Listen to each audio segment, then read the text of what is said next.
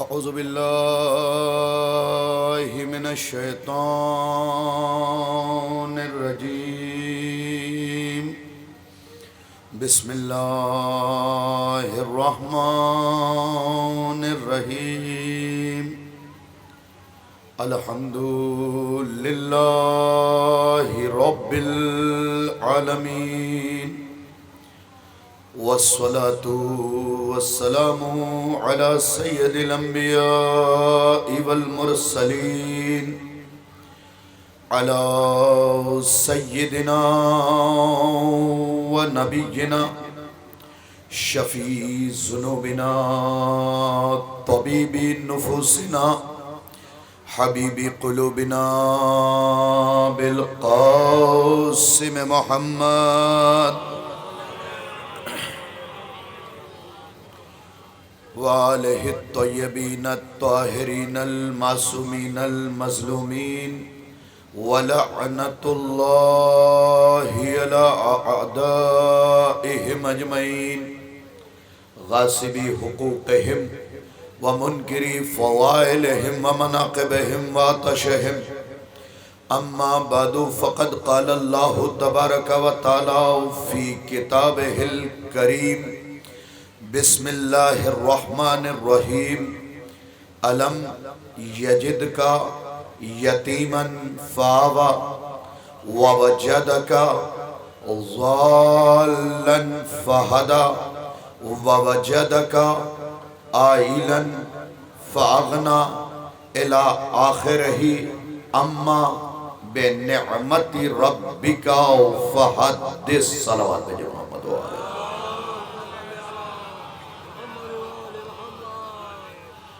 سامعین مکرم، حاضرین، السلام علیکم. سب سے پہلے میں آپ تمامی حضرات کی خدمت میں معصوم قم کی آمد کی مبارکباد پیش کرتا ہوں.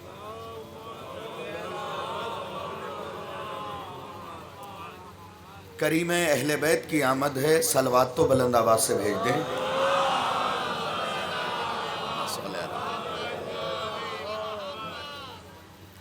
پروردگار عالم ہماری قوم کو سلامت رکھے، اہل بیت علیہم السلام کے حفظ و امان میں رہیں. آپ نوجوان ترقی کریں، بچے علم کے میدان میں اتنے آگے جائیں کہ باب علم سے داد و تحسین لے لیں.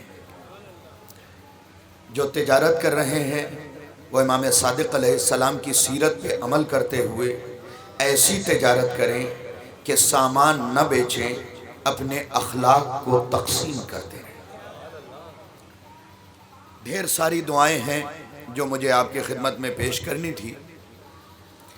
سب سے بڑی دعا یہ ہے کہ کریم اہل بیت ہیں، معصوم قم.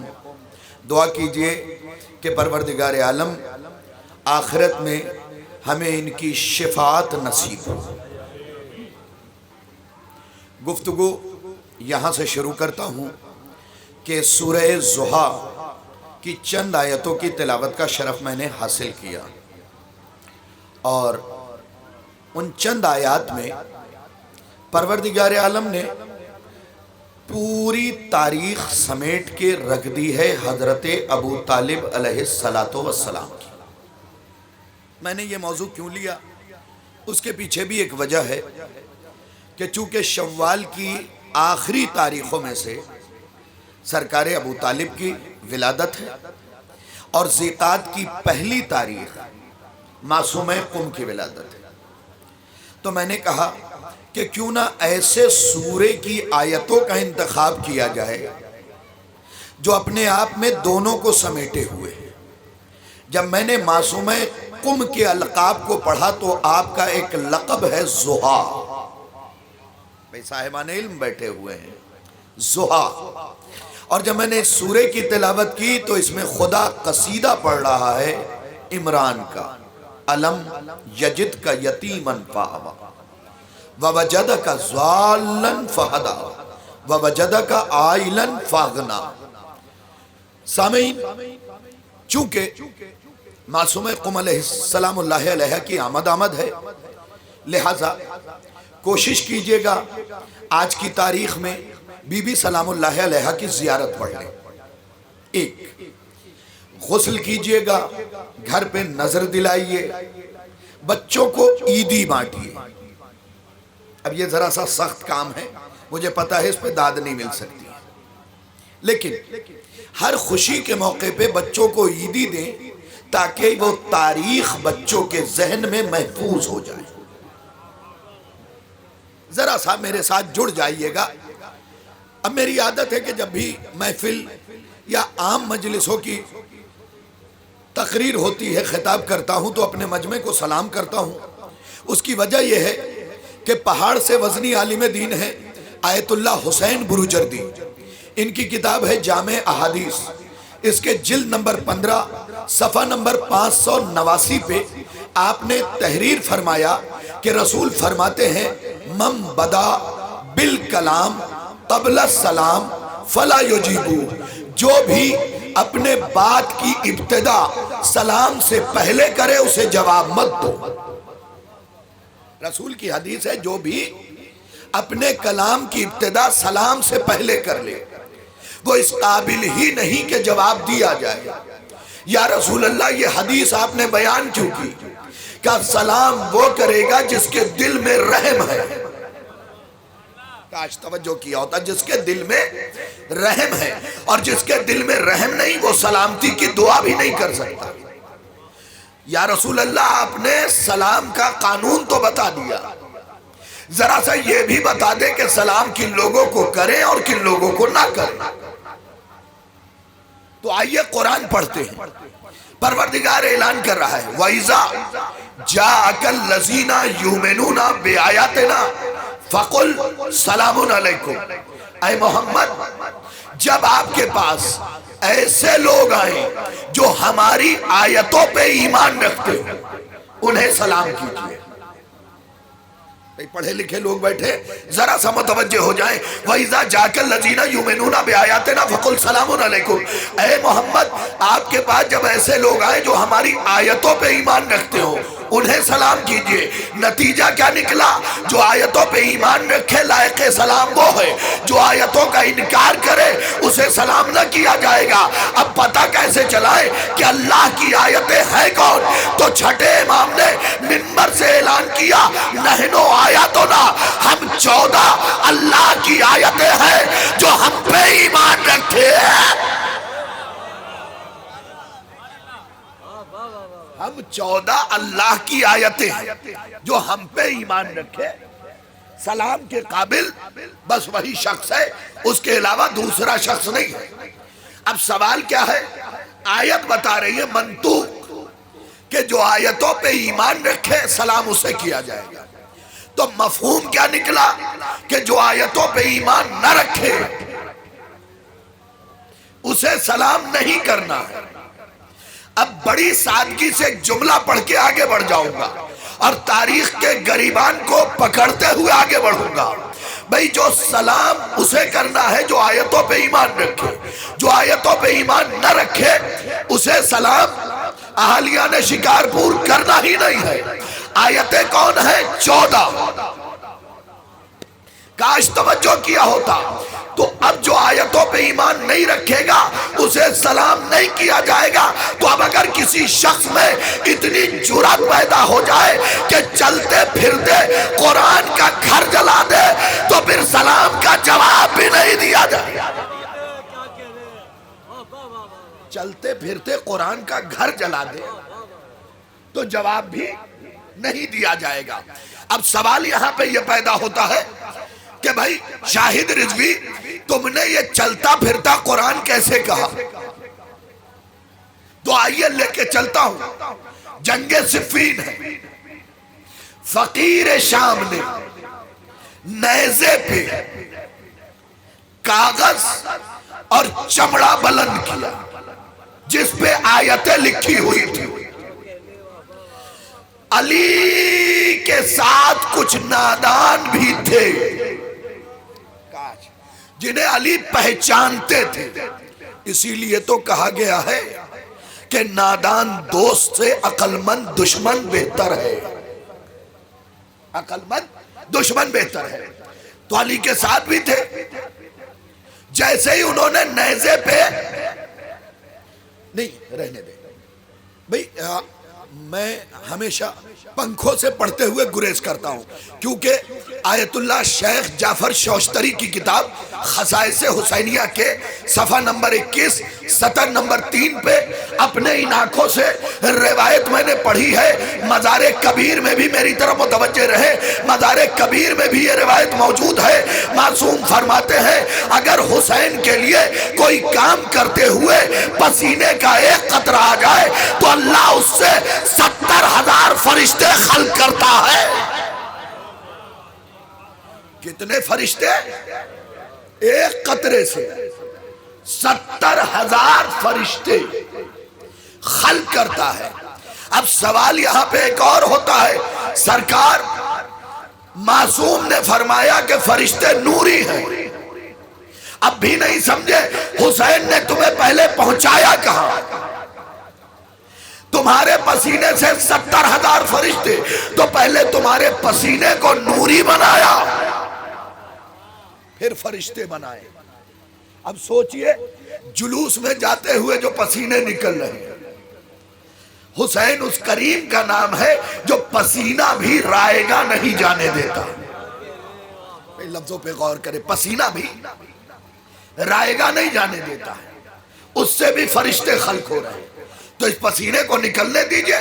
آپ توجہ کے ساتھ فقرہ سنیے، میں آپ کی خدمت میں پیش کر رہا تھا۔ کیا؟ نیزے پہ بلند ہوا قرآن، کاغذ اور چمڑے پہ لکھا ہوا۔ نادان دوستوں نے تلوار نیام میں رکھ لی کہ اب جنگ نہیں کریں گے، ہمارے اور ان کے بیچ میں قرآن ہے۔ اب علی کا شیر مالک اشتر آگے بڑھا۔ میں شکارپور میں ایک جملہ پڑھوں، کتنا خوبصورت مرحلہ ہوتا ہوگا جب مالک کا مالک مالک کو مالک کہتا ہوگا۔ بھئی تھوڑا سا بولیے گا میرے خاموش دوستو، یقیناً چپ رہنا عبادت ہے، لیکن علی کی فضیلت میں بولنا اس سے بڑی عبادت ہے۔ سنیے گا توجہ کے ساتھ، فقرہ بڑا قیمتی ہے۔ مالک اشتر نکلے، نکلنے کے بعد کہا اے نادانو، اے عقل کے دشمنو۔ بھئی دو جملے ہیں، دونوں پہ غور کیجئے۔ اے نادانو، اے عقل کے دشمنو، تمہیں کیا ہو گیا ہے جو نیزے پہ اٹھایا گیا ہے؟ بھئی حق نمک ادا کیجئے گا جناب خدیجہ سلام اللہ علیہ کا۔ اے عقل کے دشمنو، اے نادانو، تمہیں کیا ہو گیا ہے جو نیزے پہ بلند کیا گیا ہے؟ وہ کاغذ ہے، چمڑا ہے، اصلی قرآن تو خیمے میں بیٹھا ہے،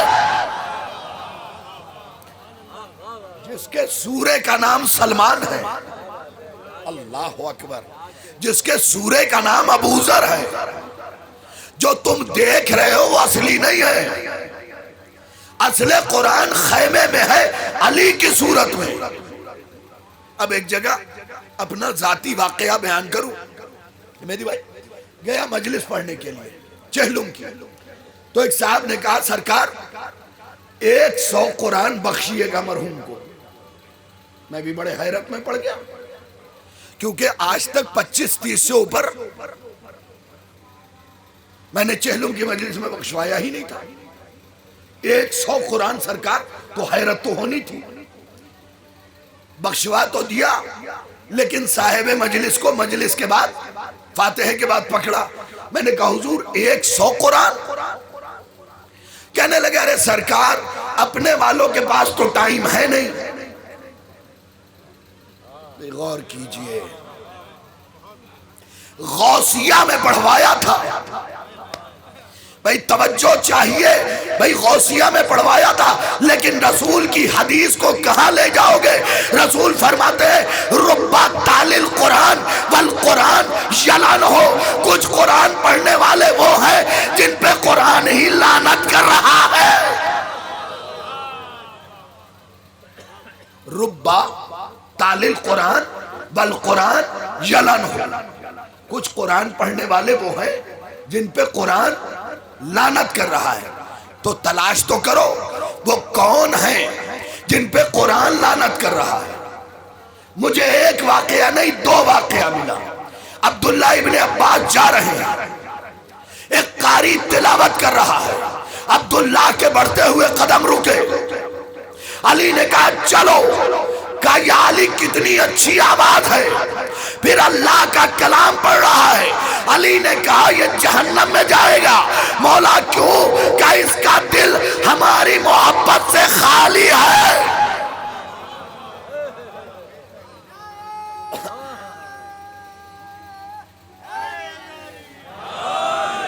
اس کا دل ہماری محبت سے خالی ہے۔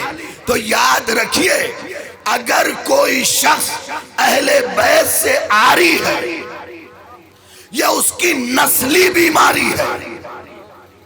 کاش توجہ کیا ہوتا بھائی، یہ جملہ میرا نہیں تھا، یہ جملہ پوسٹر میں ایک نام دیکھ رہے ہوں گے، اس طرف ہے حافظ کفایت حسین، ان کا ایک اور جملہ سناؤں۔ کبھی کبھی وہ طرز سے ہٹ کے جملے استعمال کرتے تھے۔ ایک خوبصورت جملہ، حضرت عمران پہ تقریر کر رہے تھے تو انہوں نے کہا کم سے کم وہ لوگ عمران کو مارنے مانے جو ابو کے طالب ہیں۔ جو پہنچ گئے میں انہیں سلام کر رہا ہوں۔ بھئی لفظوں کا استعمال دیکھے، کم سے کم وہ لوگ عمران کو مانے جو ابو کے طالب ہیں۔ ایک جملے میں ہی ساری کہانی بیان کر دی، ساری کہانی بیان کر دی۔ تو یاد رکھیے، ضروری نہیں کہ ہر تلاوت کرنے والا مقدس ہو۔ ہم سمجھتے ہیں کہ جو 3 وقت اذان پہ جا کے 5 وقت کی نماز پڑھ رہا ہے مومن ہے۔ بھائی صاحب، بھائی کی زمین دبا کے اللہ اکبر کہنا بھی فساد ہے۔ بھائی کی زمین دبا کے اللہ اکبر کہنا بھی فساد ہے۔ کاش توجہ کیا ہوتا۔ بھائی کی زمین دبا کے روزہ رکھنا بھی چوری ہے۔ بہن کا حق غصب کر کے حج پہ جانا ڈکیتی ہے۔ پہلے حقوق تو ادا کیجئے، پھر حاجی بنیے۔ لیکن ہم نے تو معاشرے میں دیکھا ہے کہ جب تک حج نہیں کیا تھا تب تک اتنی زمینوں پہ قبضہ، حج کر کے آئے تو پورے پلاٹ پہ قبضہ۔ میں نے کہا بھائی صاحب، اللہ کے گھر کے سامنے سے بگڑ کے کیسے آئے؟ بہت کتابوں کو پلٹا جناب، تو نتیجہ کیا ملا؟ چھٹے امام فرماتے ہیں کہ اللہ نے حجر اسود میں نمو رکھا ہے، تم جو لے کے جاؤ گے اسی میں اضافہ کر دے گا۔ اب یہ تمہارے اوپر ہے، تم ایمان لے کے جاؤ گے ایمان میں اضافہ ہوگا، بے ایمانی لے کے جاؤ گے بے ایمانی میں اضافہ ہوگا۔ تو ضروری نہیں کہ جو ہر مسئلے پہ عمل کر رہا ہو وہ نیک بھی ہو۔ عبد الرحمن ابن ملجم کی نماز قضا نہیں تھی،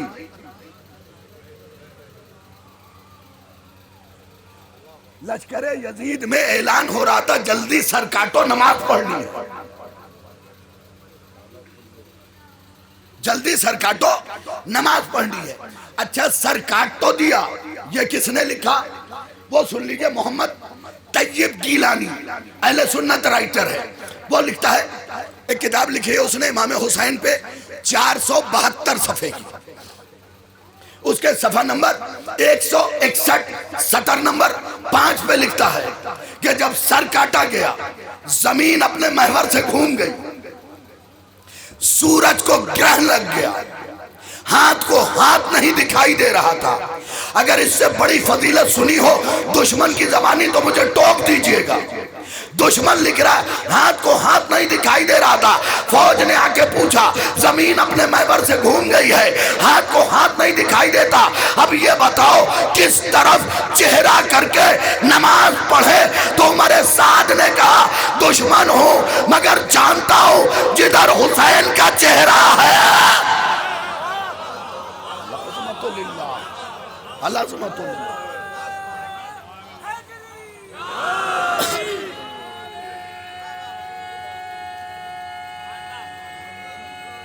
جدھر ہاں. اور یہ شفاعت صاحب غالباً چلے گئے. آ کے انہوں نے کہا تھا کہ حضرت عباس پہ بھی پڑھیے گا. میں حضرت ابو طالب پہ پہلے چند جملے پڑھ لوں, پھر معصوم قم پہ ایک جملہ, اور ایک جملہ حضرت عباس پہ پڑھ کے, چونکہ مصائب مجھے پڑھنا نہیں ہے, مصائب مجھے پڑھنا نہیں ہے. اس کی وجہ یہ ہے معصوم قم کی آمد ہے. اہل بیت نے کہا ہماری خوشی میں خوش, ہمارے غم میں غمگین.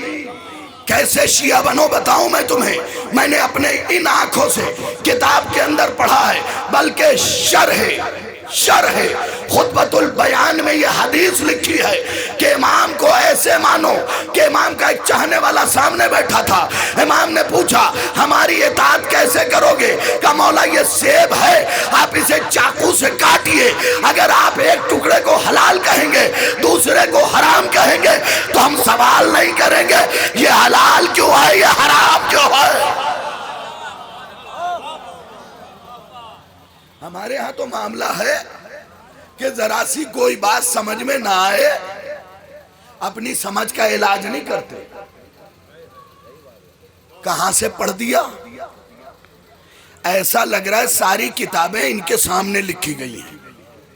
اور پھر ایک بات اور اپنے نوجوانوں کو بتاؤں, کبھی بھی مجلس وکیل بن کے مت سننا. جو پہنچ گئے میں انہیں سلام کر رہا ہوں, معاف کیجئے گا. ابھی شفاعت صاحب نے ایک فقرہ کہا کہ انہوں نے آ کے, اللہ انہیں اور ترقی دے, مجلس کی رونق بڑھائی.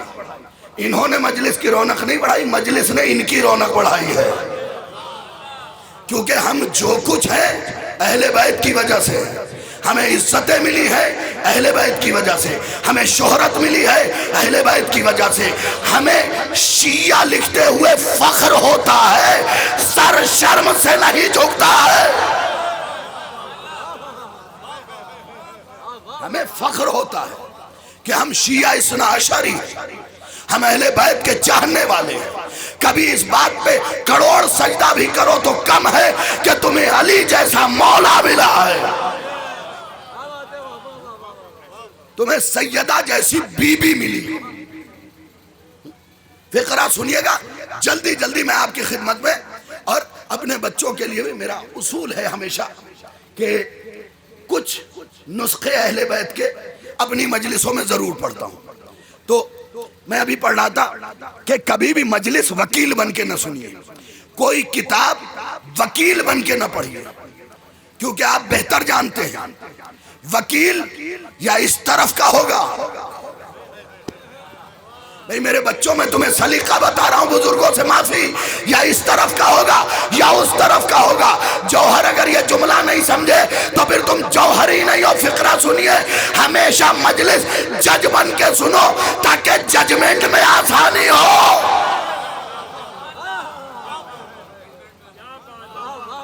جج بن کے سنو, کتابیں جج بن کے پڑھو, تبھی تو تمہیں پتہ چلے گا. ایک برادران اسلام میں سے ایک شخص آ گیا, کہنے لگا شاہد رضوی فلاں کتاب کا یہ. میں نے کہا کتاب تو دے دوں گا, پہلے یہ بتاؤ وکیل کس کے ہو. کہا بھی تو طے نہیں کیا. میں نے کہا پھر کتاب بھی نہیں ملے گی جس دن جج بن کے مانگنے آؤ گے.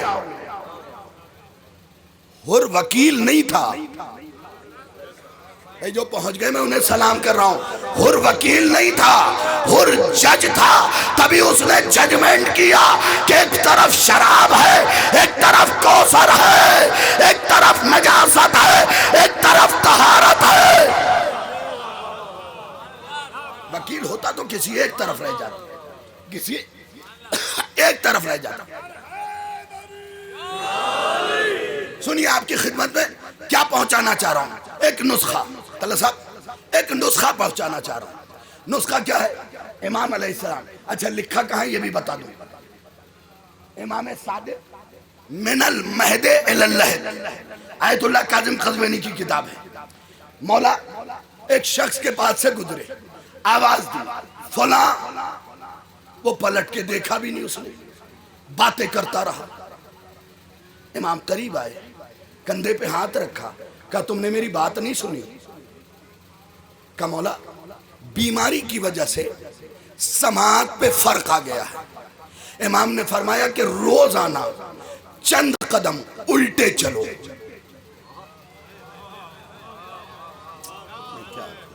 کب سنے گا میرا مجمع ایسی چیزوں کو؟ دکھ ہوتا ہے خدا کی قسم۔ چند قدم الٹے چلو۔ کیوں؟ کہ اس سے تمہاری سماعت بہتر ہو جائے گی۔ کیونکہ آپ ماہرین سماعت سے پوچھیں تو سننے کی چیز یہ ٹینگل ہوتی ہے اندر، جس میں لیکویڈ ہے۔ جب وہ لیکویڈ سوکھ جاتا ہے تو سماعت پہ اثر، الٹے چلنے کی وجہ سے وہ لیکویڈ جس نس سے آتا ہے وہ کھل جاتی ہے۔ کاش توجہ کیا ہوتا بھائی، اگر حکمت کو بھی فضیلت سے نہ ملاؤ تو پھر شاہد رضوی کہے گا چند قدم الٹے چلو۔ شاید اسی لیے زیارت کے آداب میں یہ لکھا گیا تھا رجع القعقری، جب تک زری پہ نگاہ رہے الٹے پیر چلتے رہو۔ زیارت کے آداب میں دیکھئے معاملہ یہ ہے شکارپور والوں کہ اب تو زیارت کی ہوڑ لگی ہوئی ہے الحمدللہ۔ جانے سے پہلے ہی نام کے ساتھ کربلا ہی لکھ لیتے ہیں۔ دیکھو کربلا جانا کمال نہیں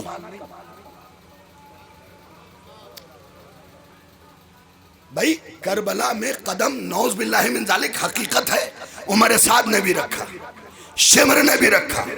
تو کربلا جانا کمال نہیں، کربلا میں حسین کا مل جانا کمال ہے۔ بھائی پیچھے والوں ذرا توجہ کرو، کربلا میں حسین کا مل جانا کمال ہے۔ ان سب نے اپنے قدم کربلا میں رکھے، لیکن ایک حر تھا جسے حسین مل گیا تھا۔ حر تھا جسے حسین مل گیا تھا۔ آداب زیارت میں کیا ہے؟ رجع القعقری، الٹے پیر چلو جب تک نگاہ سے حسین یا علی کی زری اوجھل نہ ہو جائے۔ ٹور تو بہت کھلتے ہیں صاحب، لیکن شکوہ اس بات کا ہے کہ یہاں سمجھاتے نہیں کہ زیارت کیسے کرنی ہے۔ جو زائر کربلا جا کے گوشت پہ لڑائی کرے، بولیے گا میرے بھائی پیچھے والو، یہ باتیں اہل بیت کی نہیں ہیں؟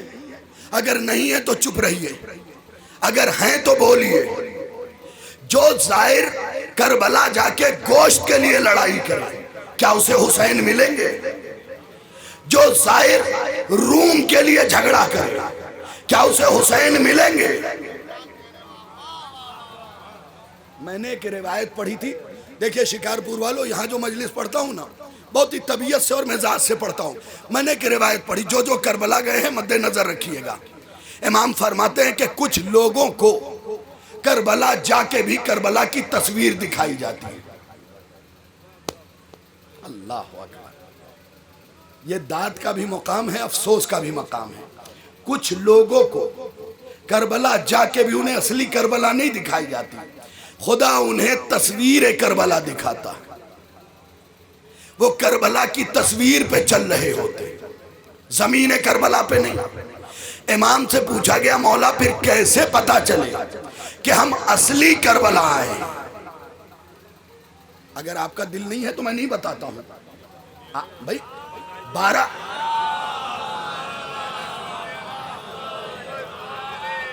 اصل معاملہ یہ ہے جناب کہ بہت چھوٹا تھا نا، تو آپ جیسے ہی میرے دادا ہوا کرتے تھے اس زمانے میں، تو ان سے کہانی سننے کی ضد کرتا تھا کہ کہانی سنائیے، تو وہ کہتے تھے بہت منت سماجت کے بعد کہ ٹھیک ہے کہانی تو سناؤں گا، لیکن جب تک ہوں ہاں کرتے رہو گے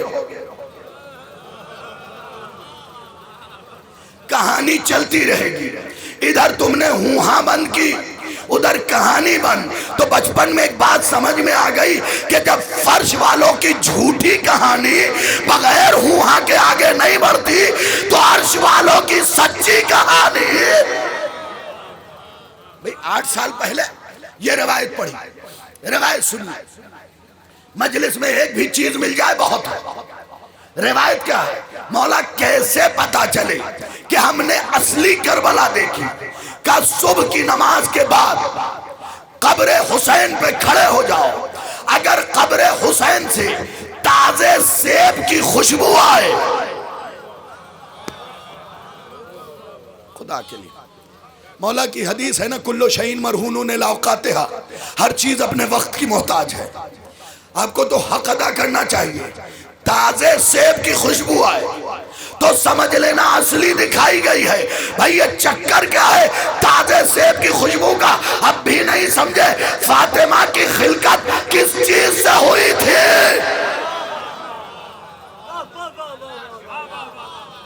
کس چیز سے ہوئی تھی یہ آپ سب جانتے ہیں. نوری سیب تھا. تو کربلا جائیے تو اپنے آپ کو یہیں سے کربلائی بنا کے جائیے. ذہن تبدیل ہو. کربلا میں گوشت کھانا مکروہ ہے، بالوں میں کنگھی کرنا مکروہ ہے. اب بال والے یہ نہ سوچیں گے کہ مجھے نہیں ہے تو میں نے یہ روایت پڑھی. میں نے زیارت اس زمانے میں کی ہے جب تھے.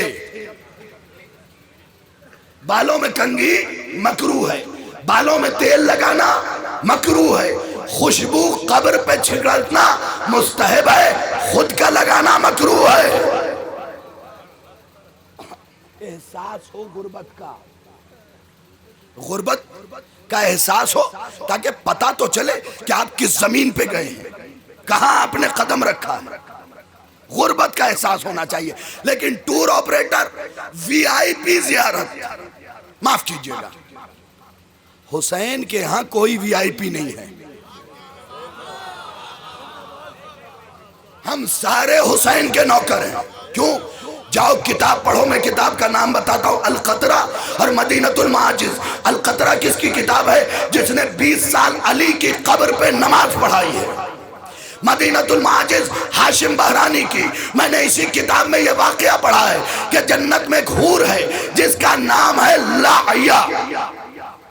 ہاں کچھ لوگ اپنی بچی کا نام لائبہ رکھتے ہیں اور یہ سوچ کے رکھتے ہیں یہ اس حور کا نام ہے. اس حور کا نام ہے لائیا. لام عین یا اور الف پھر حمزہ. لائبہ ہندا کا لقب تھا. ابھی 2-3 جگہوں میں اسی سال میں نے یہ نام صحیح کروائے ہیں. لائبہ ہندا کا لقب تھا جس کے معنی ہے کھلواڑ کرنے والی. بھئی نام کے معنی ہی پہنچ جائے نا تو مسئلہ حل ہو جائے گا. کھلواڑ کرنے والی لایا ہے اس حور کا نام. اس حور کی خاصیت اس کتاب میں کیا لکھی ہے پتا ہے؟ جنت کے سب سے اونچے محل میں رہتی ہے. جب یہ نکلتی ہے تو اس کے رخسار کے ایک حصے سے جو نور نکلتا ہے وہ پورے جنت کو روشن کر دیتا ہے. جب یہ کھڑی تھی آواز قدرت آئی، لایا میرا حسین آنے والا ہے، جاؤ خدمت کرو. سننا میرے دوستو، حسین آنے والا ہے، جاؤ خدمت کرو. لایا نے محل چھوڑا، سب سے اونچے محل میں رہتی تھی، محل چھوڑا. جو حسین آئے نا خدمت کی. جب یہ واپس گئی تو ساری حوریں چلا رہی تھی لایا لایا لایا. لایا نے ڈانٹ کے کہا آج کے بعد لایا نہ کہنا، حسین کی دایا کہنا. لایا نے ایک پیغام دیا کہ ہم عہدوں سے نہیں پہچانے جائیں گے، حسین کی نوکری سے پہچانے جائیں گے. خدا کرے کہ جب عہدہ بڑا ہو، دولت مل جائے تو آپ حسین نہ بھولیں. اس لیے کہ کبھی کبھی خدا دولت آزمانے کے لیے دیتا ہے. مل گئی دولت، بھول گئے حسین. یاد رکھیے، میں اپنے قوم کو نصیحت کرتا ہوں کہ خود کو صرف آگے نہ بڑھائیں، اور اگر کرم حسین نے کر دیا ہے، آگے بڑھ گئے ہیں، تو چاہیے کہ کم سے کم قوم کے 100 بچے آپ اس منزل پہ پہنچا دیں. بولیے، آپ کی زبان کو بھی اچھا لگے گا. غیبت کرنے سے عذاب لکھا جاتا ہے، اہل بیت کی فضیلت پہ بولنے سے ثواب لکھا جاتا ہے. ہاں ذرا سا توجہ کر لیجئے گا، غیبت کی ضرورت نہیں ہے۔ قوم کے بزرگان کو چاہیے، قوم کے وہ نوجوان جو ایک منزل تک پہنچ گئے، انہیں چاہیے کہ کم سے کم مذہب کے 100 گھر میں روٹیاں ان کی وجہ سے بنیں۔ ایک جملہ سناؤں آپ کو جناب سیدہ کا، امام صادق کا جملہ سناتا ہوں اور جناب سیدہ کا کردار پیش کرتا ہوں۔ امام صادق سے پوچھا گیا، مولا یہ بتائیے کہ کون عہدیدار ایماندار ہے؟ مولا نے فرمایا کہ زندگی دیکھو،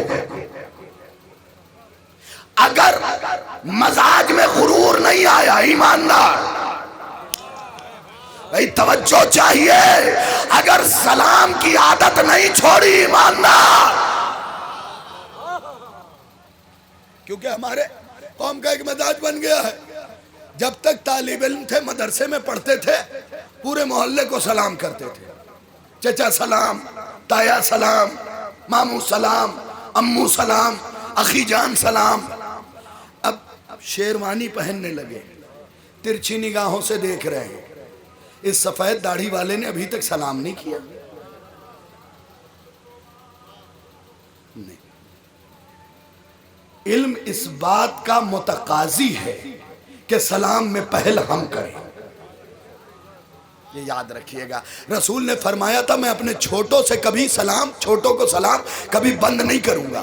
اس کی وجہ یہ ہے کہ آپ اپنے چھوٹے کو 10 دن سلام کیجئے، 11ویں دن سلام کی ضرورت نہیں پڑے گی، وہ خود بخود سلام کرے گا۔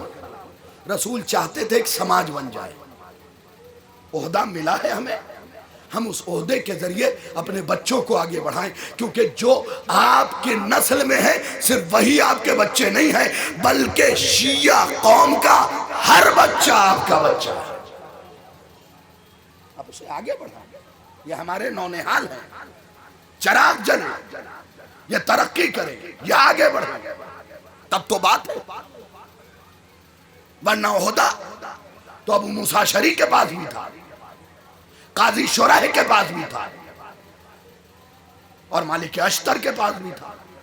طریقہ دیکھ لیجئے، قاضی شرح نے اپنے جیسے بنائے، مالک اشتر نے اپنے جیسے بنائے۔ ہمیں دولت ملے تو ہمارے مذہب کا فائدہ ہو،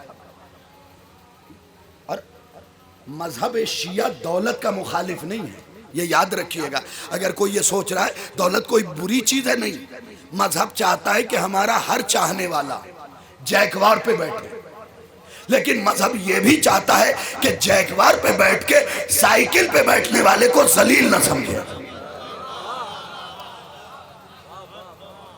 مذہب یہ چاہتا ہے کہ بنگلوں میں رہیں، لیکن بنگلوں میں رہ کے جھوپڑی والوں کو ذلیل نہ سمجھے۔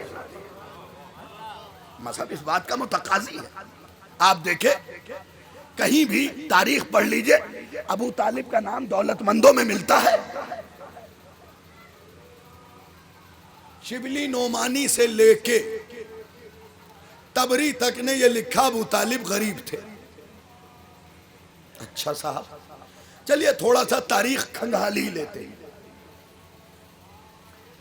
محمد طیب گیلانی، میرے سامنے 10 ایسے بندے بیٹھے ہیں، حضور بیٹھے ہوں، جن کی آمد یعنی آمدنی جو ہے 5-5 ارب روپے ہو، اور یہ مہدی بھائی بیٹھے ہیں، یا عزیز بیٹھے ہیں، یا حضرت بیٹھے ہوئے سامنے۔ میں ان کے ساتھ گیا اور ان 10 سے مخاطب ہو کے کہا، بولو کیا چاہیے؟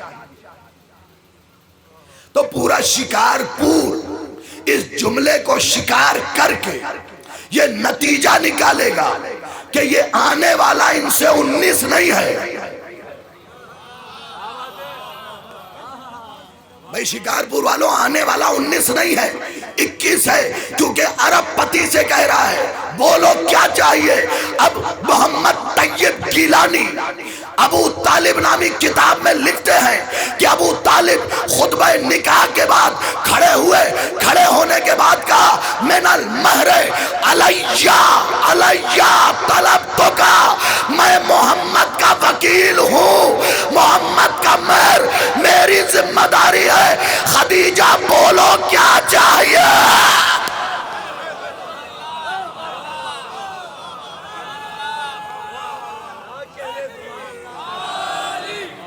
خدیجہ بولو کیا چاہیے؟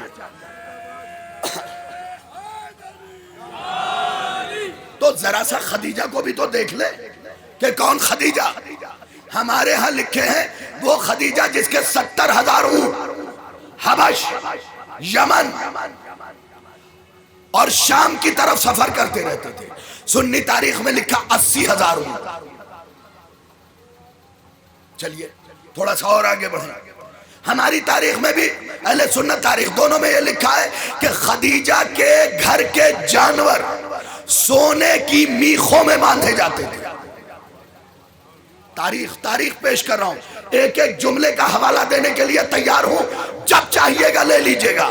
تیسرا فقرہ، خدیجہ نے اپنے شادی کے موقع پہ 4,000 کنیزوں کے بال سچے موتیوں سے سجوائے تھے، اور جب شادی کے بعد یہ 4,000 کنیزیں ہاتھ جوڑ کے سر جھکا کے خدیجہ کے سامنے کھڑی ہوئی تو پلٹ کے خدیجہ نے کہا جاؤ تمہیں محمد کے قدموں پہ آزاد کیا. یہ ہے خدیجہ، یہ ہے خدیجہ. اور سنیں گے صرف یہی خدیجہ نہیں ہے، اعلان ہے خدیجہ کا، تمہاری بیٹی کی شادی نہیں ہو رہی ہے، لے جاؤ مال. بی بی کیا گروی رکھے؟ کیا گروی ذلیل لوگ رکھتے ہیں. بھئی مجھے پتا تھا اس جملے پہ داد نہیں ملے گی. گروی ذلیل لوگ رکھتے ہیں، خدیجہ شریف ہے. توجہ کیا، خدیجہ شریف ہے. پتہ ہے میں اپنے ان آنکھوں سے پڑھ رہا تھا کہ جب خدیجہ نے پیغام بھیجا نا، سب سے پہلے تو ایک مغالطہ آپ سب دور کر لیجئے کہ نعوذ باللہ من ذالک ہمارے کچھ ہلتے ہوئے قلم نے بھی لکھا کہ خدیجہ کی شادی ہو گئی تھی. نہیں، خدیجہ کا خطبہ نکاح پڑھیے، اس میں یہ جملہ ملے گا فتاتکم، اور فتات اس لڑکی کو کہتے ہیں جس کی شادی نہ ہوئی ہو. شادی نہ ہوئی، ٹھیک ہے بھئی. جب میسرہ آیا آپ کا غلام کہا میسرہ میرا رشتہ لے کے جاؤ، میرا رشتہ لے کے جاؤ. جی بی بی چلا جاؤں گا. چند قدم چلچا، پلٹا، چلا اور پلٹا. پلٹنے کے بعد یہ جملہ سننا میرے نوجوانوں، بزرگان، اس فقرے پہ دعا دے دیجئے گا. چلا، پلٹا، پلٹنے کے بعد کہا بی بی رشتہ لے کے جاؤں گا، اگر قبول ہو گیا تو مجھے کیا ملے گا؟ خدیجہ نے کہا سارا خزینہ تیرا، شاہ مدینہ میرا. سارا خزینہ تیرا، شاہ مدینہ میرا. 4,000 کنیزیں آزاد کی. اچھا کمال کیا ہے؟ خدیجہ نے، یہ اہل سنت تاریخ سے پڑھ رہا ہوں، خدیجہ نے آنے والے مہمان کو پہلے تو 3 دن ابو طالب نے ولیمہ کیا، پھر 6 مہینے خدیجہ نے ولیمہ کیا. کتنے مہینے؟ آپ اپنے بچوں کا ولیمہ کتنے دن کرتے ہیں؟ ایک دن نہیں، ایک وقت. ذرا سا فرش ازا ہے یہ، ایک وقت. اور بزرگان اس بات کی تصدیق کریں گے، حضور مزاج پہ کنجوسی اتنی غالب ہوتی ہے کہ سگریٹ پیکٹ سے نکال دیتے ہیں، ماچس کی تیلیاں بکھیر دی جاتی ہیں کہ کوئی ڈبی نہ لے کے چلا جائے. اور خدیجہ نے اعلان کیا کہ جتنے آ رہے ہیں انہیں سونے اور چاندی کے برتن میں کھلاؤ. جب لوگوں نے پوچھا خدیجہ دکھاوا کر رہی ہیں کہ نہیں عرب سے غربت مٹا رہی ہو سکتا ہے میرے جانے کے بعد کوئی کہے چاندی اور سونے کے برتن میں تو کھلانا حرام ہے. جی صاحب میں جانتا تھا اس مسئلے کو، لیکن ابھی یہ مسئلہ آیا نہیں ہے، ابھی یہ حکم آیا نہیں ہے. خدیجہ نے کہا لو آج کے بعد ہم برتن رکھیں گے ہی نہیں، تمہیں سونے اور چاندی کے برتن میں کھلا کے مسلمانوں کے رخسار پہ ایک تماچا ماریں گے کہ ہم نے تمہیں تانبے، اسٹیل، ایلومینیم کے برتن میں نہیں کھلایا جب سونے کے برتن میں کھا کے خدیجہ کے نہ ہوئے.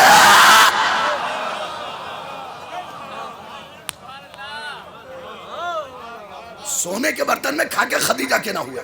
اب ادھر سے بنو ہاشم چلے. ابو طالب کیا ہے جلدی سے سن لیجئے. سب سے پہلے تو ایک آیت جو ہے اس کا ترجمہ ہی صحیح نہیں کیا جاتا. دیکھیں قانون ترجمہ میں بتا رہا ہوں، جب تک لفظ کے کوئی اچھے معنی موجود ہو اس سے کمتر معنی مراد لینا جائز نہیں ہے۔ ہم کیا ترجمہ کرتے ہیں؟ الم یجد کا یتیمن فآوا، اے محمد ہم نے آپ کو یتیم پایا۔ خدا کی قسم اگر یتیم کے معنی باپ کا مر جانا ہی ہے تو مجھے آپ کے عقل کی یتیمی پہ رونا آتا ہے۔ یتیم کے ایک اور معنی بھی تو ہیں، ابھی بتا رہا ہوں۔ آپ کہتے ہیں نا در یتیم، ایسا موتی جو نایاب ہو، میں چہرے دیکھ لوں، ایسا موتی جو نایاب ہو، جس کی قیمت نہ لگائی جا سکتی ہو، جو نادر ہو۔ تو یتیم کے ایک معنی کیا نکلے؟ نایاب، بیش قیمت، نادر۔ تو اب ترجمہ کرو الم یجد کا یتیمن فآوا کا، بھائی حافظ کفایت حسین صاحب مد نظر رکھیے گا، پھر ترجمہ سنیے گا۔ یتیم کے معنی ہے نایاب، قیمتی۔ اب ترجمہ کیا بنے گا؟ اے محمد تم میرے قیمتی جوہر تھے، میں نے ابو طالب جیسے جوہری کے حوالے کیا۔ پھر ایک ترجمہ کیا جاتا ہے وَوَجَدَكَ ضَالًّا فَهَدَىٰ، اور زال کا ترجمہ کیا جاتا ہے گمراہ، جبکہ زال کے معنی ہے منزل۔ کیونکہ جب تک اچھے معنی موجود ہو گندے معنی مراد نہیں لینا۔ اب کیا کیا جائے؟ کچھ ایسے لفظ ہیں جن کے معنی ہی اچھے نہیں ہیں۔ شمر، جوشن، عمر سعد، معنی ہی اچھے نہیں نکلتے، تصور ہی نہیں بنتا۔ تو جلدی سے فقرہ سن لیجئے۔ وَوَجَدْكَ ضَالًّا فَهَدَىٰ، زال کے معنی ہے مقصد، منزل۔ اب ترجمہ کیا بنے گا؟ لوگوں نے گمراہ لکھ دیا، نہیں، گمراہ ترجمہ نہیں ہے، ترجمہ ہے محمد میں نے تمہیں تمہارے مقصد تک پہنچا دیا۔ ایک آیت کے ترجمے میں اشرا پوشیدہ نہیں ہے۔ اے محمد میں نے تمہیں تمہارے مقصد تک پہنچا دیا۔ کہاں تک؟ ابو طالب تک۔ اب بھی نہیں سمجھے؟ محمد کے مقصد کا نام ابو طالب ہے، محمد کے مقصد کا نام ابو طالب ہے۔ آگے کیا کہا؟ خدا کی قسم کی آیت ہے، یہ دو آیتیں ابو طالب کے لیے، ایک آیت اگلی خدیجہ کے لیے۔ کیا کہہ رہا خدا؟ فَأَغْنَا، علم یجد کا یتیمن فآوا وَوَجَدَكَ ضَالًّا فَهَدَىٰ وَوَجَدَكَ عَائِلًا فَأَغْنَىٰ۔ اے محمد ظاہراً تمہارے پاس کچھ نہیں تھا، ہم نے تمہیں خدیجہ دے کے غنی بنا دیا، خدیجہ دے کے غنی بنا دیا۔ جب ابو طالب نے اعلان کیا بولو خدیجہ کیا چاہیے، تو پلٹ کے خدیجہ نے کہا وَحَبْتُ نَفْسِي وَمَالِي، مجھے کچھ نہیں چاہیے، میں نے اپنی جان بھی محمد کو دی، اپنا مال بھی محمد کو دیا۔ یہ ہے خدیجہ، یہ ہے خدیجہ۔ اور ابو طالب کیا ہے؟ ایک جملہ سناؤ، اللہ کی قسم قرآن میں 300 آیتیں وہ ہیں جنہیں ابو طالب نے اپنے شعر میں پہلے کہا ہے، خدا نے آیتوں میں بعد میں رکھا ہے۔ یا تو یہ مان لیجئے یا یہ مانیے کہ جہاں قرآن لکھا ہوا تھا وہاں تک ابو طالب کی نگاہ تھی۔ جائیے تلاش کیجئے، ابو طالب نے والعادیات پہلے کہا ہے، خدا نے قرآن میں والعادیات ذبحًا بعد میں ظاہراً، ابو طالب نے تبت یدا پہلے کہا، آیت ظاہراً بعد میں آئی۔ ابو طالب نے الحمدللہ پہلے کہا۔ اے ابو طالب کے منکرو، اگر ابو طالب سے اتنی ہی دشمنی ہے تو قرآن سے الحمدللہ نکالو اور نماز بغیر الحمد کے پڑھو۔ خدا کی قسم ابو طالب کسی چھوٹی شخصیت کا نام نہیں ہے۔ میں آپ کو اسی لوگ کہتے ہیں ابو طالب کے ایمان پہ مجلس پڑھیے، اچھا جس کا ایمان خود ہی کمزور ہے وہ منبر پہ بیٹھ کے ابو طالب کے ایمان پہ روشنی دے گا؟ اگر گفتگو کرنی ہے تو ابو طالب کے منصب پہ کیجئے کہ ان کا عہدہ کیا تھا۔ یہ جو سورہ زحا میں یہ آیتیں ہیں نا، اس کے 3 فائدے بھی ہیں، بتا دوں آپ کو۔ مولا فرماتے جو سورہ ضحیٰ پڑھے گا، اگر اس کی کوئی چیز کھو گئی ہے، نیت کر کے سورہ ضحیٰ پڑھ لے، مل جائے گی۔ چلیے کوئی بات نہیں، بابا کے چکر میں پڑے ہوتے تو پیسے بھی جاتے، صحیح نسخہ بھی نہ ملتا۔ میں نے اہل بیت کا نسخہ بتا دیا تو خاموشی سے سن لیا ہے۔ ایک بار شکریہ کے لیے بھی منہ نہ کھلا۔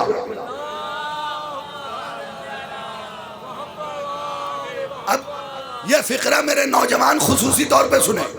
اب چھٹے امام فرماتے ہیں کہ جس کی میموری ویک ہو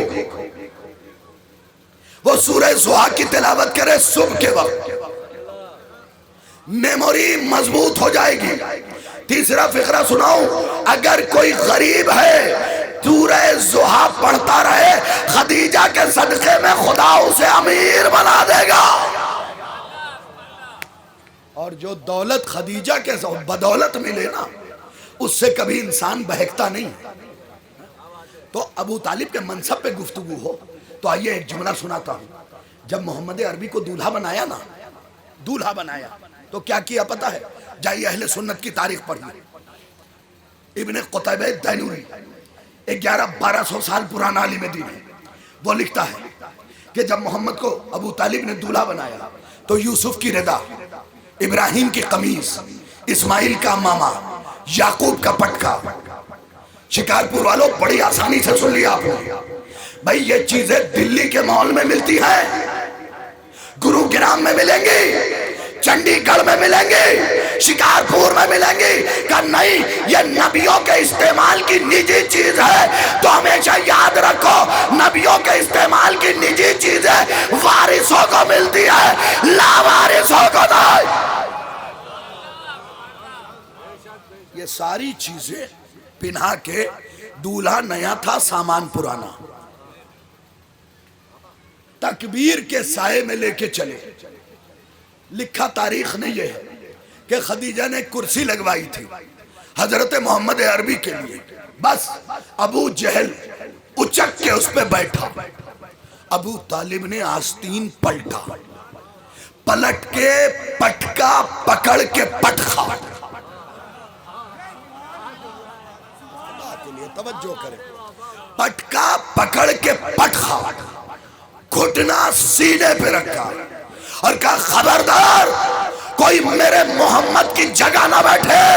میں کہوں گا ابو طالب آپ بعد محمد بہت یاد آئے جب فلاں فلاں فلاں۔ اب سنیے جملہ تاریخ کا، مجھے بہت پسند ہے۔ 100 مجلس پڑھوائیں یا یہ ایک جملہ مجھے بہت پسند ہے۔ فقرہ سنیے گا، پٹخا، گھٹنا رکھا سینے پہ، تلوار نکالی، کہا ابھی تجھے ذبح کروں گا۔ حمزہ نے ہاتھ پکڑا، اخی جان یہ خوشی کا موقع ہے، یہاں پہ خون خرابہ بہتر نہیں ہے۔ ابو طالب نے پلٹ کے کہا حمزہ چھوڑ دو، میں اسے ابھی قتل کر کے محمد کا صدقہ۔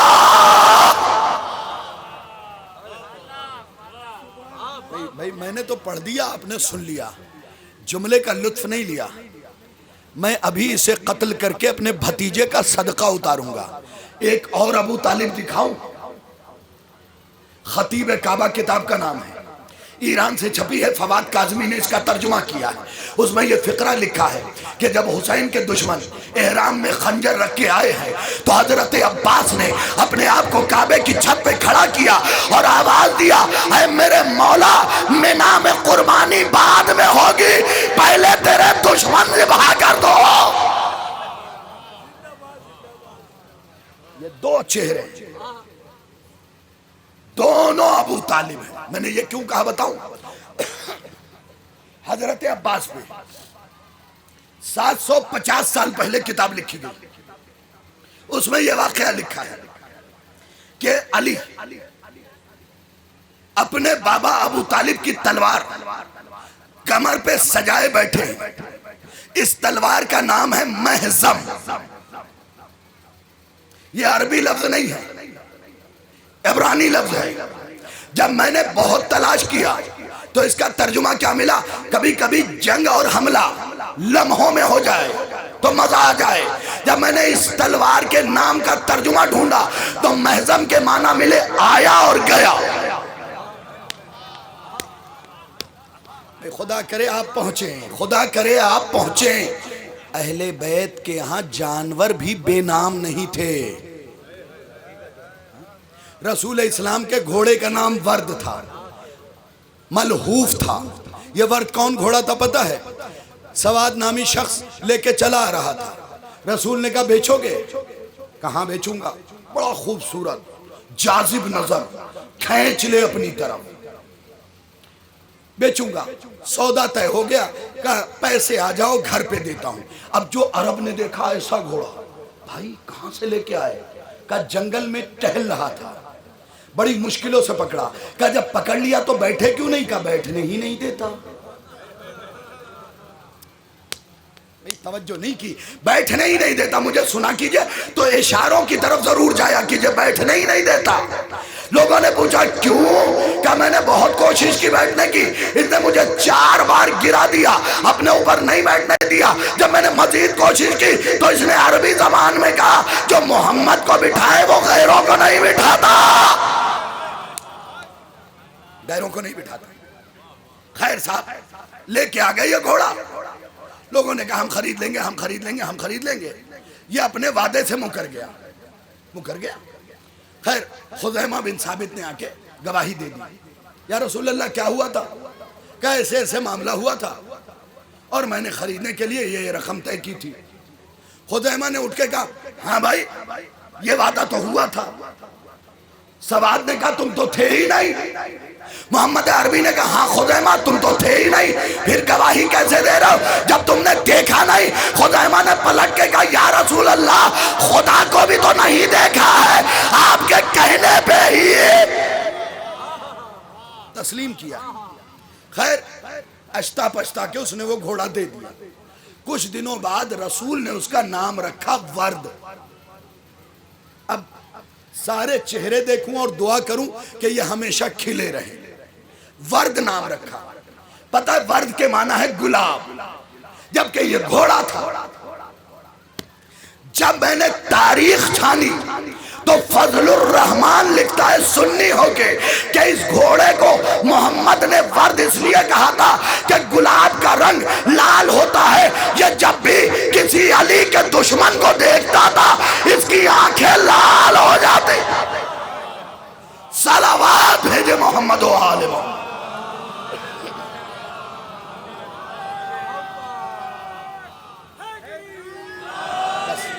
سمیٹا ہوں میں اپنی بات۔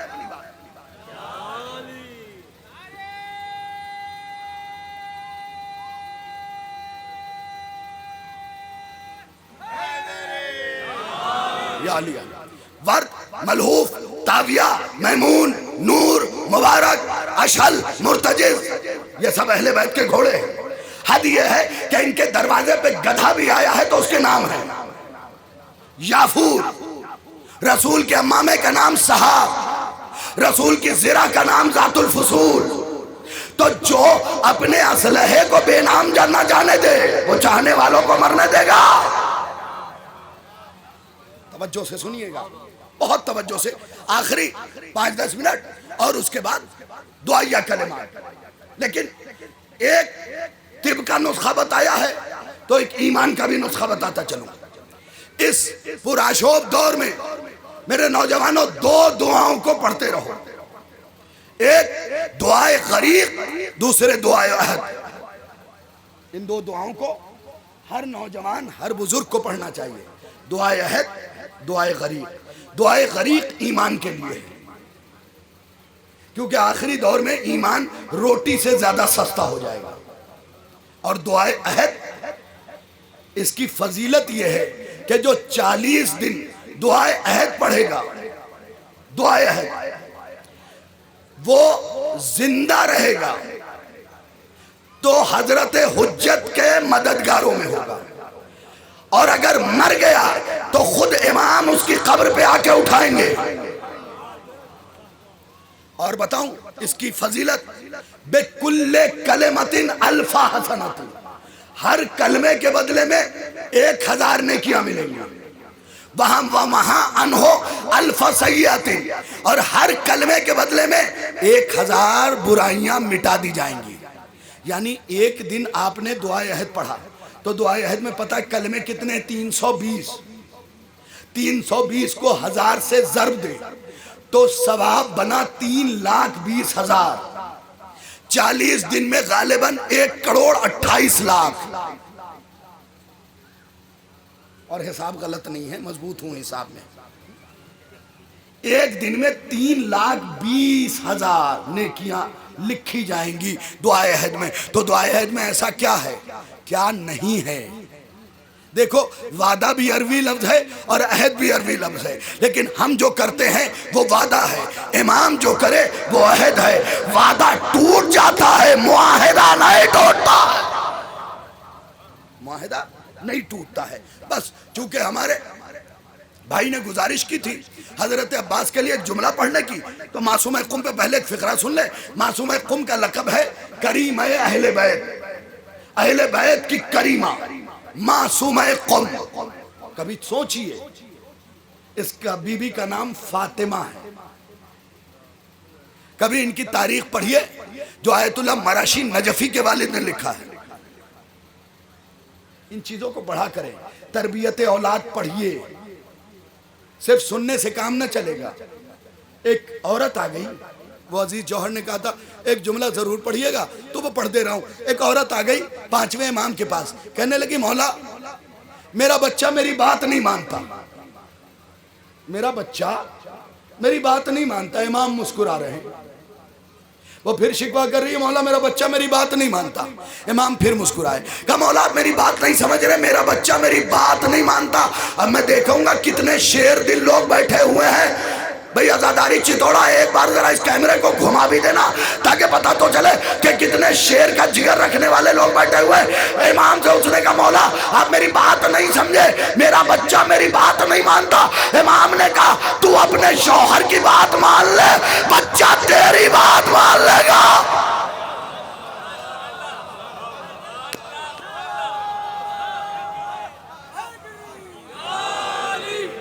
تو اپنے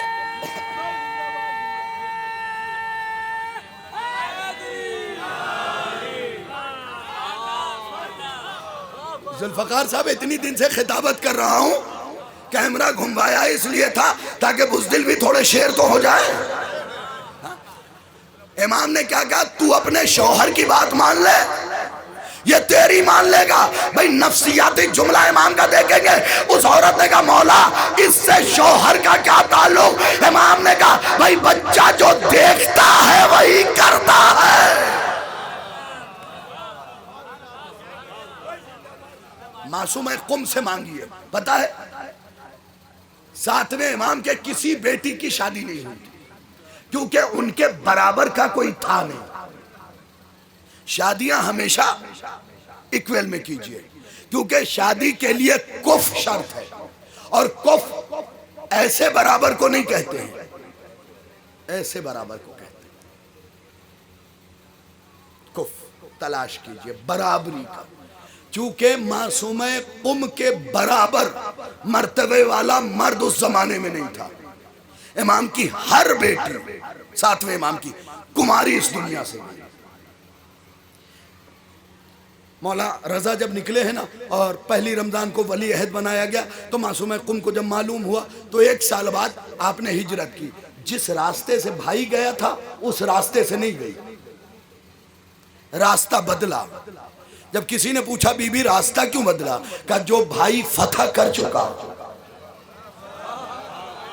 کبھی کبھی محنت بھی سن لیا کرے میری سرکار، جس کو بھائی فتح کر چکا اب اس راستے پہ جانے کا کیا فائدہ؟ بہن الگ راستے فتح کرے گی۔ بھئی یہی کام تو زینب نے کیا، بھائی نے کربلا فتح کیا، زینب نے کوفہ و شام۔ معصوم قم کی زیارت ضرور پڑھیے گا۔ اور بچہ اگر ضدی ہے تو معصوم کا نسخہ ہے کہ اس کے سینے پہ ہاتھ رکھ کے سورہ علم نشرح لک صدرک کی تلاوت کریں۔ ہاں بس جلدی سے میں نے سمیٹ لیا، ایک جملہ سن لیجئے چونکہ شفاعت بھائی نے کہا ہے اور نام ایسا ہے کہ بڑا ڈر لگتا ہے۔ ہاں، کچھ نام ایسے ہیں جیسے ذوالفقار، مسئلہ ہے صاحب، اس لیے کہ امام نے فرمایا ہے ذوالفقار کی خاصیت یہ ہے کہ دنیا میں حیات سے محروم کر دے، آخرت میں نجات سے محروم کر دے، آخرت میں نجات سے محروم کر دے۔ اب یہ بات یاد آ گئی تو میر انیس کے 2 مصرے بھی یاد آ گئے، سنا دوں آپ کو؟ 19 کے نہیں سناؤں گا، انیس کے سناؤں گا، رب الکلام کے سناؤں گا، خدائے سخن کے سناؤں گا۔ وہ کہتے ہیں عقیل گر ہے تو ان 2 بڑی بلا سے بچے۔ انیس پڑھنے والے لوگ بیٹھے، سننے والے لوگ بیٹھے، میر انیس کہتے ہیں عقیل گر ہے تو ان 2 بڑی بلا سے بچے، علی کی دیکھ سے زہرا کی بد دعا سے بچے۔ عقیل گر ہے تو ان 2 بڑی بلا سے بچے، علی کی تیغ سے زہرا کی بد دعا سے بچے۔ خدا کی قسم، کبھی انیس و دبیر جب گفتگو کرتے تھے مرثیہ کی صورت میں کیا کیا پڑھ دیا۔ بصر، ذوالفقار کی شان بیان کر رہے ہیں، بصر رفاقت حیدر میں اس نے راتیں کی، بصر رفاقت حیدر میں اس نے راتیں کی، نڈر تھی اتنی کہ شیر خدا سے باتیں کی، نڈر تھی اتنی کہ شیر خدا سے باتیں کی۔ کبھی یہی انیس جب اپنے مزاج میں آتے ہیں، بھئی بولیے نہ بولیے لطف ضرور لے لیجئے گا، تو کہتے ہیں حضرت عباس کے جنگ کو انیس اپنے کیمرے میں قید کر رہے ہیں، لفظوں کے کیمرے میں، اور کہتے ہیں چہرے تھے زرد، مطلب پیلے۔ پرانے لوگ صرف بیٹھے ہوتے تو میں ترجمہ نہ کرتا، یہ آج کے دور کے بچے بیٹھے ہیں جو موبائل سے نکلتے ہی نہیں، کتاب کی طرف ڈھلتے ہی نہیں۔ اب بزرگان آپ تو بول لیا کیجئے، آپ کا درد میں پڑھ رہا ہوں جان ہتھیلی پہ لے کے۔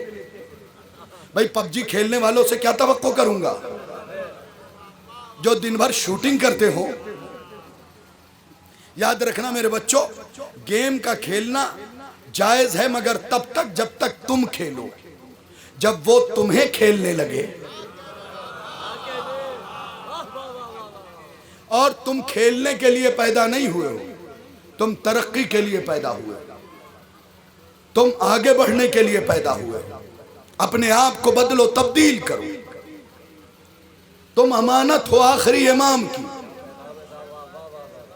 تم سپاہی ہو، اپنے آپ کو چست درست رکھو، اپنے ذہن کو قوی بناؤ، اپنے دل کو مضبوط کرو۔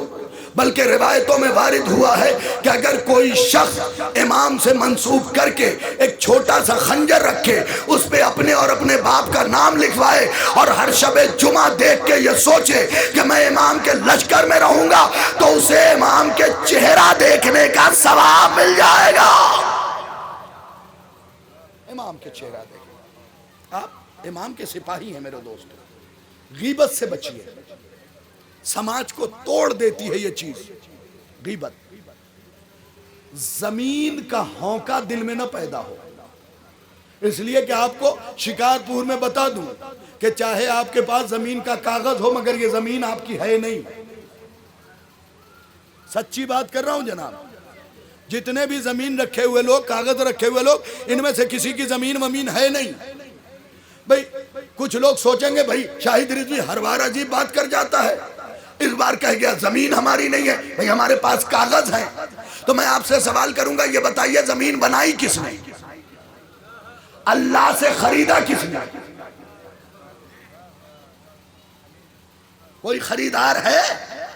نہیں، صرف ایک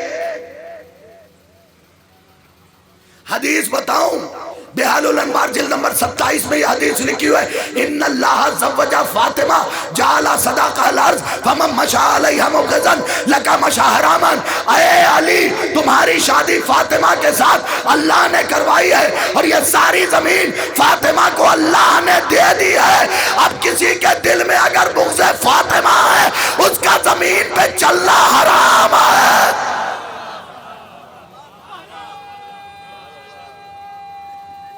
بس آخری فقرہ ہو گئی بات.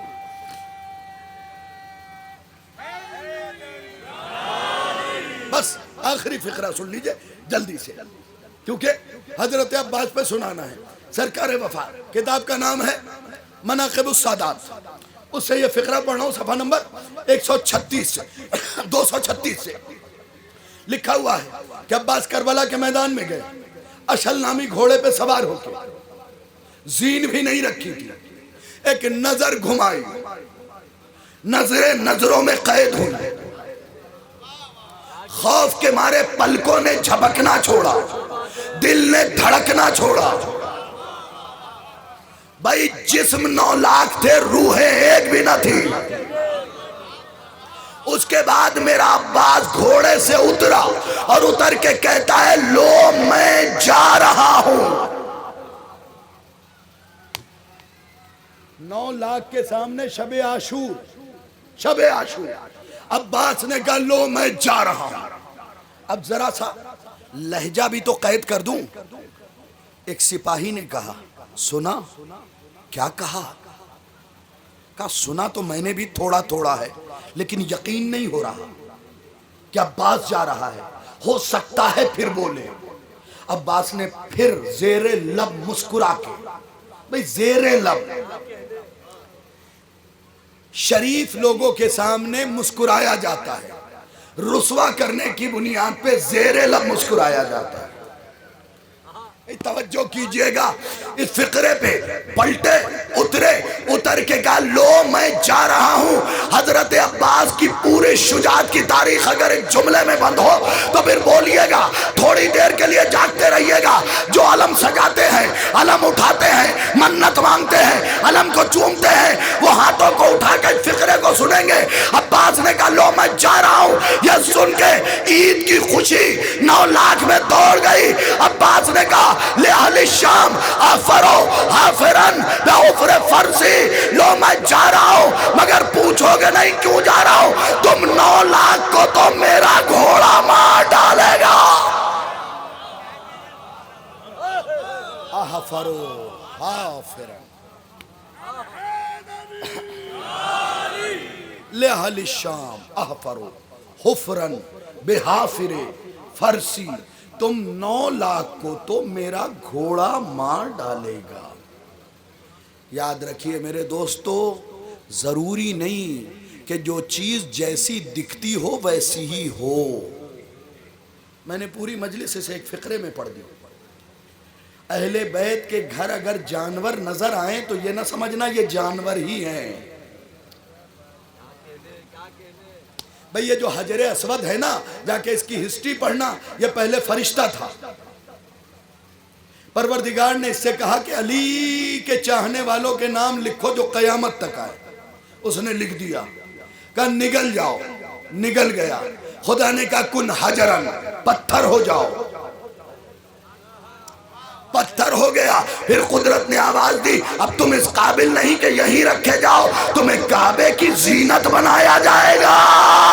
ارے بھائی، جو علی کے چاہنے والوں کا نام اپنے سینے میں چھپائے وہ کعبے میں لگ جائے، اور جو دل میں علی بسا ہے اس کا مقام و مرتبہ کیا.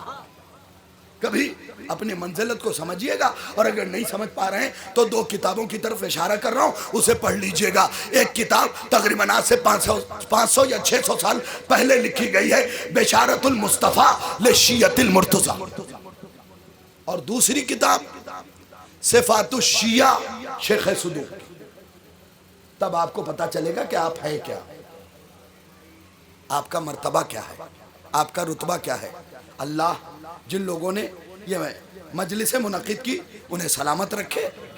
جو قوم اپنے بزرگوں کو یاد نہیں رکھتی وہ ایک دن مٹ جاتی ہے. مجلس کوئی بھی پڑھے میرے نوجوانوں، چہرہ دیکھ کے نہ آنا. ایک جملہ شاہد رضوی کا موت تک یاد رکھنا، ذاکر سے دشمنی کر لینا، ذکر سے مت کرنا. اس لیے کہ میری دشمنی تمہیں بخشوا دے گی، لیکن علی کے ذکر کی دشمنی منہ کے بل جہنم میں ڈلوا دے گی. اور مجلس کسی کے باپ کی ملکیت نہیں ہے. مجلس کا وارث پردے میں بیٹھا ہوا، اور دل کھول کے مجلسوں میں خرچ کیا کرو، کنجوسی بالکل نہ کرو، کیونکہ جس کی تاریخ پہ میں پڑھ رہا تھا نا، اسی کا فقرہ میں نے احسن المقال سے لے کے صاحب احسن المقال میں دیکھا۔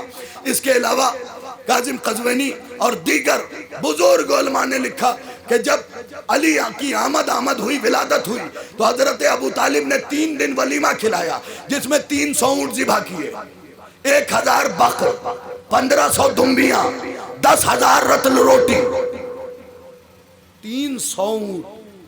جس اونٹ پہ بیٹھ کے وہ علی سے لڑنے آئی تھی وہ 200 دینار کا تھا، 1 دینار سونے کے 10 گرام کا ہوتا ہے، اور 10 گرام کی قیمت ہے اس وقت 68,000 روپے۔ میں نے 18 اور چھوڑ دیے تو قیمت کیا بنی؟ 1 اونٹ کی 1 کروڑ روپے۔ ابو طالب نے نوجوانوں کتنے ذبح کیے؟ بولو کتنے ہوئے قیمت؟ 300 کروڑ۔ حساب میں کچے ہو؟ 300 کروڑ، اور یہ ولیمہ ابو طالب نے 3 دن کیا۔ بھائی جو تاریخ پہ نظر رکھتے ہیں 3 دن کیا۔ میں نے صرف اونٹ کی قیمت بتائی ہے، کیلکولیشن ویلویشن نہیں، 3 دن کیا۔ تو شبلی نعمانی سے لے کے ہر بدبخت مورخ نے لکھا ابو طالب غریب تھے، تو بھائی سب ہاتھ اٹھا کے شاہد کی دعا پہ آمین کہنا۔ اگر اتنا خرچ کرنے والا غریب ہے تو میرے اللہ شکارپور کے ہر مومن کو ایسا غریب بنا دے۔ بس سمٹ گئی بات، سمٹ گئی بات، مولا سلامت رکھے۔ اور چونکہ مصائب مجھے پڑھنے نہیں ہیں، اتنی بڑی خوشی کی تاریخ ہے، میں یہ سوچ رہا ہوں کہ دعا مانگوں؟ نہیں،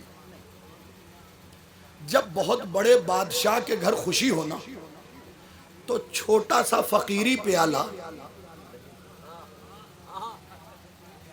نہیں پیش کرنا چاہیے، بلکہ یہ دل میں نیت کر لینی چاہیے کہ آج تیرے گھر کی خوشی ہے، میں مانگوں گا تو اپنے ظرف کے اعتبار سے، تو دے گا تو اپنے کرم کے اعتبار سے۔ میں کیا بتاؤں کسے کس چیز کی ضرورت ہے، معصومہ قم کے صدقے میں جسے جس چیز کی ضرورت ہے سب مل جائے، سب مل جائے۔ دعا کیا کرو خصوصی طور پہ کہ وہ بچیاں جو غیر شادی شدہ رہ گئی ہیں، اللہ ان کا ہمسر عطا کرے، اور اگر ہمسر نہیں مل رہا ہے تو رجب علی خیاط نے فرمایا ہے کہ سورہ نور کی تلاوت کرنی چاہیے ایسی بچیوں کو جنہیں ان کا ہمسر نہیں ملا ہے۔ میں دعا کرتا ہوں معصومہ قم کے صدقے میں کوئی بچی بغیر ہمسر کے نہ رہے۔ میری بچیوں، ممبر سے پیغام دینا ضروری ہے۔ آج کل بہت سی ایسی سنستھائیں بن چکی ہیں جو اس بات پہ آمادہ ہیں کہ تمہیں اپنے مذہب سے نکال کے اپنے مذہب کی طرف لے جائیں۔ میں ماؤں سے گزارش کروں گا اپنی بچیوں کو اتنا پختہ بنا دو کہ دشمن کا ایک لقمہ بھی اندر اترنے نہ پائے۔ تمہارے بچے بچیاں تمہاری امانت ہے، ماں باپ کی ذمہ داری ہے اسے پر کریں۔ میرے اللہ، یہ جتنے کھلے ہوئے چہرے بیٹھے ہیں ان سب کی جو جو حاجتیں ان کے دل میں ہیں، معصومہ قم کی آمد ہے، سیدہ کی آمد ہے، فاطمہ کی آمد ہے، کریمہ اہل بیت کی آمد ہے، امام رضا کے بہن کی آمد ہے، موسی کاظم کے بیٹی کی آمد ہے، عطا کر دینا۔ میں آج الگ الگ دعا نہیں مانگوں گا، ہاں ایک دعا ضرور مانگوں گا، معصومہ قم کے صدقے میں یہ جتنی پیشانیاں ہیں ان سب کی پیشانی پہ امام زمانہ کا سپاہی لکھ دے۔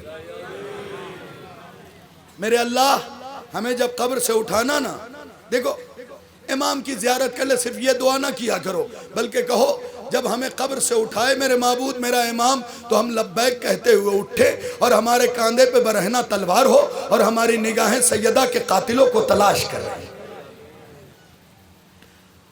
علماء حقہ کی حفاظت فرما دے، اتباعت کی حفاظت فرما۔ ذاتی دعا نہیں مانگ رہا ہوں، ہم سب کو اہل بیت کے اعوان و انصار میں رکھنا میرے اللہ، ہم سب کو کربلا کی زیارت کے شرف سے مشرف کرنا، معصومہ قم کی زیارت کے شرف سے مشرف کرنا۔ اور آخر میں وہ کہوں جو ابھی تک نہیں کہا، خدا حافظ، فی امان اللہ۔